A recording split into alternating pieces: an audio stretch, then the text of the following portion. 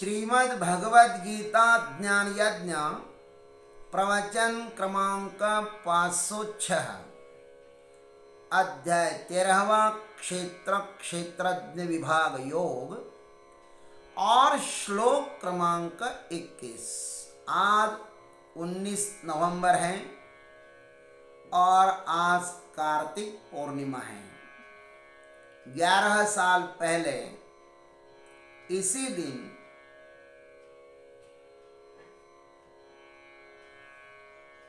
हमारे आश्रम में महाकालेश्वर भगवान की स्थापना हुई थी। महाकालेश्वर भगवान यहाँ आज के ही दिन यहाँ पे पधारे थे और ये बहुत बड़ा अभूतपूर्व कार्यक्रम था। 1,11,11,111 महामृत्युंजय महामंत्र के आधारशिला पर ठीक 11:11 पर इसी कार्तिकी पूर्णिमा के दिन जगतगुरु द्वारका पीठाधीश्वर सदानंद जी महाराज, जो स्वामी स्वरूपानंद जी महाराज के शिष्य हैं, उनके द्वारा आणि आदरणीय श्री राम कथा एवं भागवत कथा वाचक श्री कनकेश्वरी जी देवी और हम और अनेक संत महात्मा उस समय उपस्थित थे। और ऐसे समय में महाकालेश्वर भगवान की स्थापना हुई थी तिथि के रूप में। तिथि उस दिन यही कार्तिक पूर्णिमा थी। ये हमारा सौभाग्य है कि हमारी आंखों से एक इतना बड़ा महोत्सव हमने देखा। ऐसे अवसर कहाँ बार बार आते हैं। ये भगवान की कृपा हो, सद्गुरु का आशीर्वाद हो, तो ही ऐसे क्षण जीवन में अनुभव करने के लिए मिलते हैं। जीवन नश्वर है, पता नहीं कब चला जाएगा। और उसी दिन 11/11/2011 को हमने महाकाल भगवान से प्रार्थना की थी कि हे प्रभु, हम यदि जिंदा रहे तो 22/2/22 को आपकी नगरी उज्जैन में 222 कुंडीय महामृत्युंजय महायज्ञ हम करेंगे। सब लोगों को साथ में लेकर हम वहां पे आएंगे और यथाशक्ति हम आपको वहां पे भोजन देने का प्रयत्न करेंगे। हम कौन देने वाले, वो तो महाकाल है। लेकिन आप लोग सब लोग यदि सहयोग करते हैं, वहाँ पे आना चाहते हैं, तो हम लोग अवश्य वहाँ पे भगवान को प्रसाद खिलाएंगे। कोरोना महामारी जो चल रही है, उस कोरोना महामारी से हमको मुक्ति मिले, हमारा देश सुख समृद्धिवान होवे, हमारे देश से समस्त दुख निकल जाए। उर्वारुकम युव, पकी हुई ककड़ी को जैसा बेल छोड़ देता है, वैसे ही समस्त दुखों को हमारा देश छोड़ दे। माने हमारे देश में किसी भी प्रकार का दुख न रहे।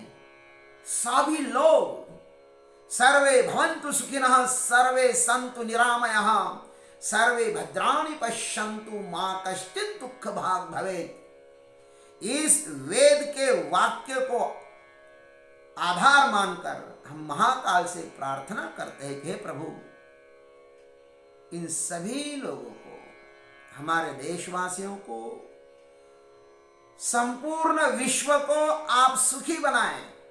लोग क्षुद्र स्वार्थ के लिए एक दूसरों के साथ जो लड़ रहे हैं ना, क्षुद्र स्वार्थ के लिए, उनका वह स्वार्थ समाप्त हो जाए और वे आपकी भक्ति में डूब जाए। यही हम आपसे प्रार्थना करते हैं और इसी के लिए इस महायज्ञ का आयोजन है।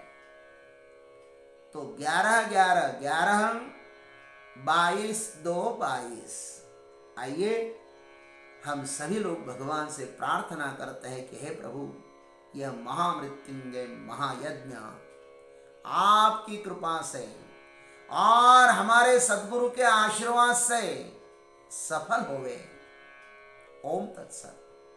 ओम त्र्यंबकं यजामहे सुगंधिं पुष्टिवर्धनम् उर्वारुकमिव बन्धनान् मृत्युर्मुक्षीयमामृतात्। सदाशिवसमारम्भान् शङ्कराचार्यमध्यमाम् अस्मदाचार्यपर्यन्तां वन्दे गुरुपरम्पराम्। नमः चिन्मयदेवाय तेजोमयाय धीमहि सुबोधानन्दरूपाय नमः पुरुषोत्तमाय च। ओम शांताकारं भुजगशयनं पद्मनाभं सुरेशं विश्वाधारं गगनसदृशं मेघवर्णं शुभांगं लक्ष्मीकान्तं कमलनयनं योगिभिर्ध्यानगम्यं वन्दे विष्णुं भवभयहरं सर्वलोकैकनाथं। वसुदेवसुतं देवं कंसचाणूरमर्दनं देवकी परमानन्दं कृष्णं वन्दे जगद्गुरुं। कृष्णाय वासुदेवाय हरये परमात्मने प्रणतक्लेशनाशाय गोविन्दाय नमो नमः। ओम तत्सत। आइए 20वें श्लोक में भगवान ने बताया कि यह पुरुष जो है ना, सुख दुख के भोग का हेतु है। पुरुष ही सुख दुख के भोग का हेतु है। अब इस 21वें श्लोक में उस सुख दुख के भोक्ता पुरुष को बताते। कौन है वह पुरुष जो सुख दुखों को भोगता है ना, वह कौन है? आइए भगवान की भाषा में सुनते हैं। पुरुषः प्रकृतिस्थो हि भुङ्क्ते प्रकृतिजान् गुणान् कारणं गुणसङ्गोऽस्य सदसद्योनिजन्मसु। हि प्रकृतिस्थः पुरुषः प्रकृतिजान् गुणान् भुङ्क्ते। भगवान कहते हैं कि प्रकृति में स्थित पुरुष प्रकृति से उत्पन्न त्रिगुणात्मक पदार्थों को भोगता है।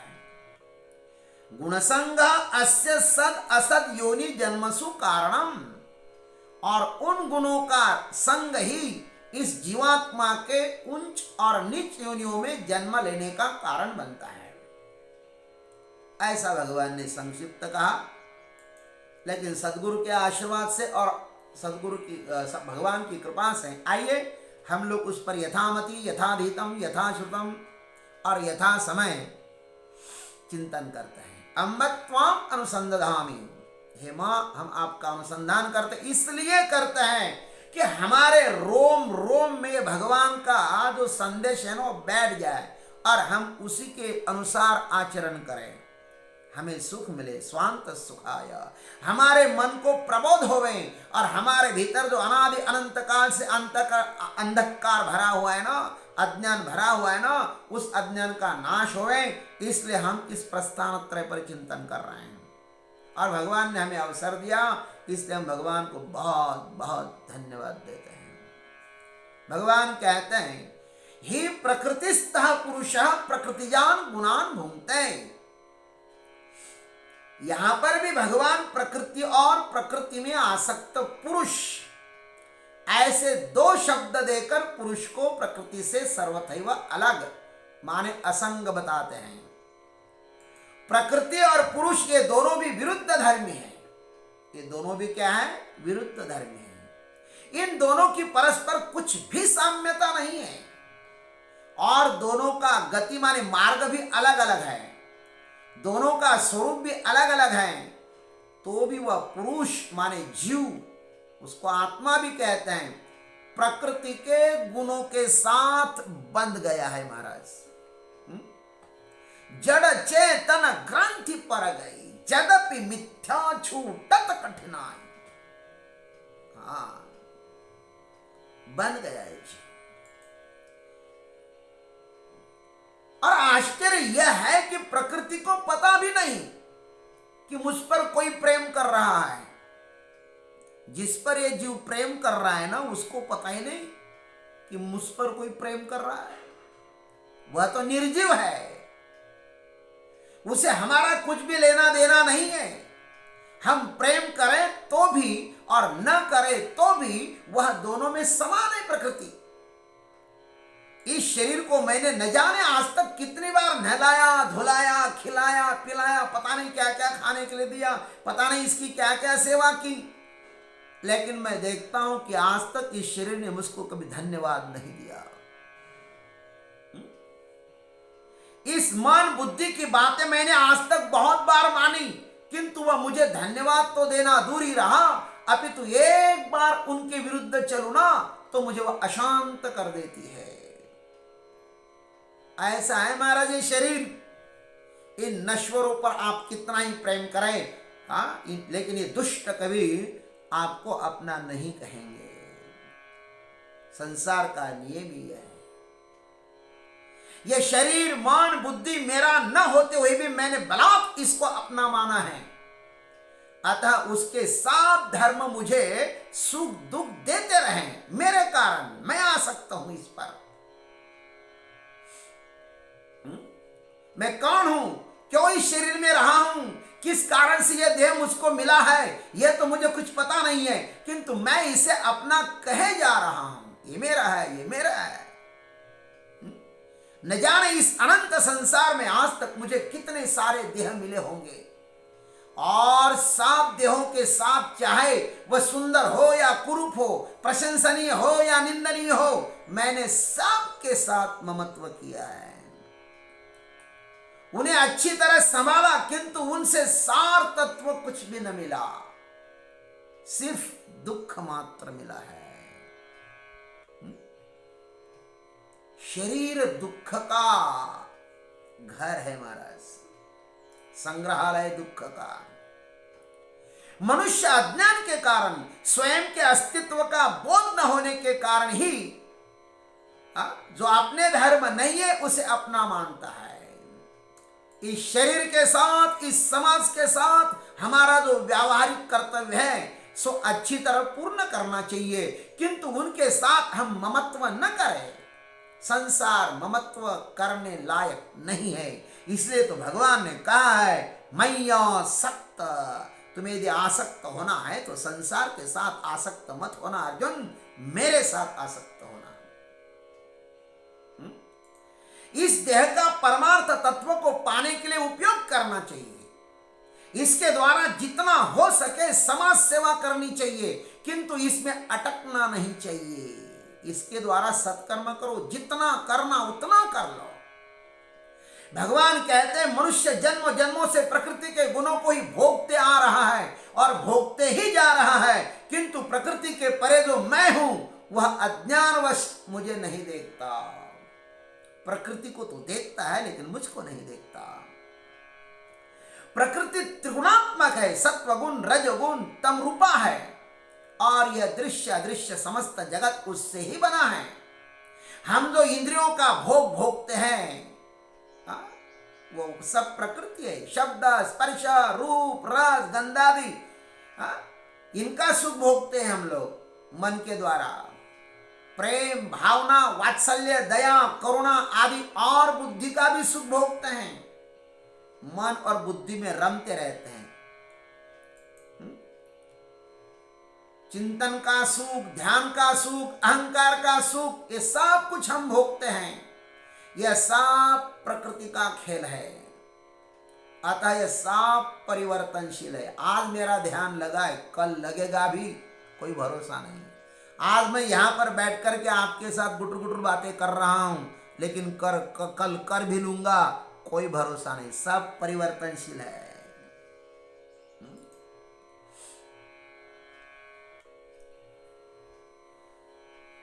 और ध्यान रखना, जितना सुख भोगते हैं ना हम, उतना ही दुख भी भोगते हैं। सुख दुख का माप यहां पर समान है। इंद्रिय विषय भोग का जितना सुख होता है ना, इंद्रिय विषय भोग का जितना सुख होता है, उतना ही इंद्रिय विषय भोग के वियोग का भी दुख होता है।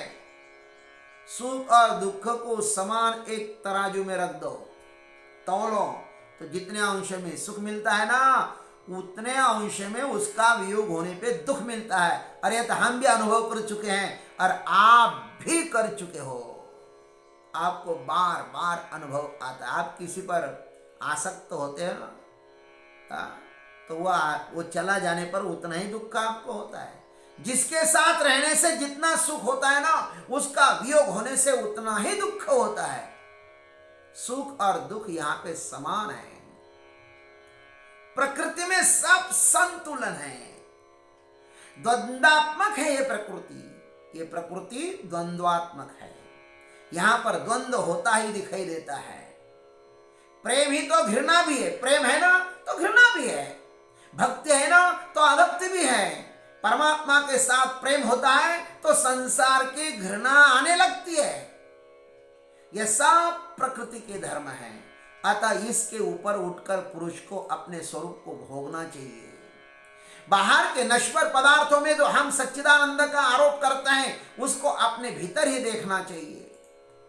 प्रकृति सच्चिदानंद रूप नहीं है, वह अपने कारण ही सत्स्वरूप, ज्ञान स्वरूप एवं सुख रूप भास रही है। हमारे भीतर सच्चिदानंद बैठा हुआ ना, इसलिए वो बाहर हमें प्रतीत हो रही है। मेरे कारण ही इस मेरी सृष्टि का अस्तित्व है, और ईश्वर की सृष्टि का ईश्वर के कारण अस्तित्व है। मेरे साथ ही मेरी सृष्टि पैदा होती है और मेरे साथ ही मेरी बनाई सृष्टि नष्ट हो जाती है। प्रत्येक व्यक्ति की सृष्टि पृथक पृथक है।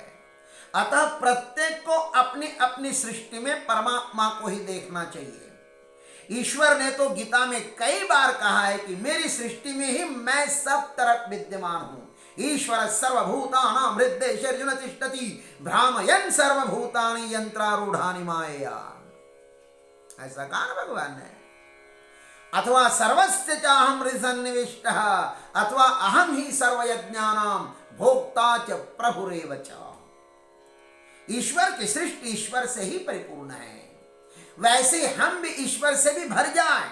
यहां जहां तक हमारा मन जाता है, जहां तक हमारी बुद्धि पहुंच जाती है, सो सब परमात्मा ही है। प्रकृति में परमात्मा को देखना है। प्रकृति के गुणों को न भोगकर सर्वत्र परमात्मा की सत्ता का अनुभव करना है। परमात्मा का सत्ता का उपभोग करना है। वह परमात्मा सर्वत्र विद्यमान है, इसको कभी मत भूलना। प्रकृति में आसक्त इस सच्चिदानंद घन चैतन्य को इस प्रकृति ने वैसे ही आच्छादित किया है जैसे अमावस की रात में चांद की रोशनी गायब हो जाती है। रोशनी तो गायब हो जाती है और अंधेरा अंधेरा दिखाई देता है। जीव स्वयं के सत्ता को भूल जाता है और प्रकृति को ही अपना सर्वस्व कहने लगता है। या जिस तरह शुद्ध सुवर्ण में सेम भर हीन को मिलाया तो उसका कस कम होता है। अथवा कोई सदाचारी पुरुष भी रात में अपवित्र स्थान पर जाए तो उसे पिशाच बाधा होकर वह पागल बनता है। अथवा आसमान में बादल आकर वे सुदिन को ही दुर्दिन कर देते हैं महाराज, सूर्य को भी ढक देते हैं। या जैसे गाय के पेट में दूध होता है अथवा लकड़ी में अग्नि होती है, अथवा उत्तम तेजस्वी रत्न को वस्त्र में ढकने से उसकी प्रभा बाहर नहीं दिखाई देती है, वैसे ही परमात्मा भीतर बैठा हुआ है, लेकिन इस प्रकृति ने उसको ढक दिया है। जैसे राजा पराधीन होने पर निस्तेज हो जाता है, अथवा सिंह रोगग्रस्त होने पर निस्तेज हो जाता है, ठीक ऐसे ही पुरुष प्रकृति के अधीन होकर निस्तेज हो जाता है। जैसे नींद जागृत आदमी को अपने वश में कर उसको स्वप्न में ले जाकर सुख दुख भोगने के लिए मजबूर कर देती है, अथवा जिस तरह उदासीन आदमी भी जब एक बार स्त्री के अधीन हो जाता है तब वह उसके मोह में फंस जाता है, वैसे ही यह पुरुष सच्चिदानंद घन होने पर भी प्रकृति के अधीन होकर सुख दुख के चक्कर में पड़ जाता है मेरे भाई। इसलिए भगवान ने कहा कि जीव जो है ना वो प्रकृति में आसक्त हो गया है, हटाओ उस आसक्ति का, आजा बाहर, यही मौका है, फिर नहीं ऐसा अवसर मिलेगा। भगवान आगे कहते हैं गुणसंग अस्य सद असद योनि जन्मसु कारणम। इस पुरुष की प्रकृति के गुणों में जो आसक्ति है ना वही इसे अच्छी बुरी योनियों में जन्म लेने के लिए मजबूर करती है। देवादि योनियों को सत और पशुआदि असत योनि कहते हैं महाराज। देव आदि योनि है ना उसको सत योनि कहते हैं और पशु आदि योनियों को असत योनि कहते हैं। या मनुष्यों में भी सद असद योनियां हैं, अधिकार भेद है। इस पुरुष को ये प्रकृति के गुण अन्यान्य योनियों में भटकाते रहते हैं। वस्तुतः देखा जाए ना तो पुरुष असंग है, उन्हें कहीं आना जाना नहीं होता, उसको केवल अनुभव मात्र करना पड़ता है। प्रत्येक योनियों में वह अपनी आसक्ति के कारण सुख दुख भोगता है। ये सुख दुख भी प्रकृति ही है। इच्छा द्वेष सुख दुख संगात चेतना धृति ये सब क्या है, प्रकृति तो है, किंतु जीव बड़ी उदारता से उसको अपने साथ जोड़ देता है। यही तो उसका अज्ञान है मेरे भाई। ज्ञानेश्वर महाराज कहते हैं अर्जुन तपे हुए लोहे को पीटने पर वे प्रहार अग्नि पर होते हैं, ऐसा लोग कहते हैं। तपे हुए लोहे को पीटने पर वे प्रहार किस पर होते हैं? अग्नि पर होते हैं। अथवा पानी के हिलने पर चांद की प्रतिबिंबित हुई परछाइयां दिखाई देती है, उसे देखकर लोग चांद अनेक है ऐसा कहते हैं, ऐसी कल्पना करते हैं। अथवा दर्पण में देखने पर दो मुख दिखाई देते हैं, या कुमकुम के ऊपर स्फटिक रखने पर उसके सानिध्य से वह लाल दिखाई देता है। वैसे ही जो अजन्मा है वह गुणों के संग में आकर जन्म लेता है, और कहना जन्म लेता है ऐसा कहना ठीक नहीं है। बस केवल प्रतिभास है। भगवान अवतार लेते हैं ये केवल प्रतिभास है, उसका अध्यारोप मात्र होता है, लेकिन वस्तुतः वह परमात्मा जन्म ग्रहण नहीं करता। जैसे कोई सन्यासी स्वप्न में देखता है कि उसने क्षुद्र जाति में जन्म लिया है, वैसे ही इस पुरुष को लगता है मैंने अच्छी बुरी योनि में जन्म लिया है। यह सिर्फ और सिर्फ गुणों के संग से होता है, वस्तुतः नहीं है। यह पुरुष पहले भी असंग था, अब भी असंग है, और यह पुरुष सदैव असंग ही रहता है। वह किसी के बंधन में आता ही नहीं है। पुरुष प्रकृतिस्थो ही भुंक्ते प्रकृति जान गुणान कारणम गुण संगोस्य सदसद योनि जन्मसु। यदि इस जन्म मरण के चक्कर से आपको मुक्त होना हो तो मैं असंग हूँ, असंगोहम असंगोहम सच्चिदानंदोहम, इस सूत्र को जीना होगा, इस सूत्र का अनुभव करना होगा। यही भगवान यहाँ पर अर्जुन को निवेदन कर रहे हैं, बता रहे हैं, उनके हृदय में दिव्य ज्ञान डाल रहे हैं। और हमारा सौभाग्य है कि हमें वह संवाद 5000 साल पहले जो कुरुक्षेत्र में संवाद हुआ था वही संवाद आज सुनने का, श्रवण करने का, चिंतन करने का अवसर मिल रहा है। अरे हम वहाँ उस समय नहीं थे, लेकिन आज भगवान की मधुर वाणी सुन रहे ना, ये उसकी ही कृपा है। उसकी कृपा न होती ना तो हमें कहाँ गीता मिलती, हमें तो फिर फिल्मी गीत मिलते। गीता नहीं मिलती, भगवान का गीत न मिलता। उन भ्रष्ट लोगों के गीत मिलते अपने को। खैर, ओम तत्सत। जय गुरुदेव, जय जगदीश्वर, जय जय महाकाल।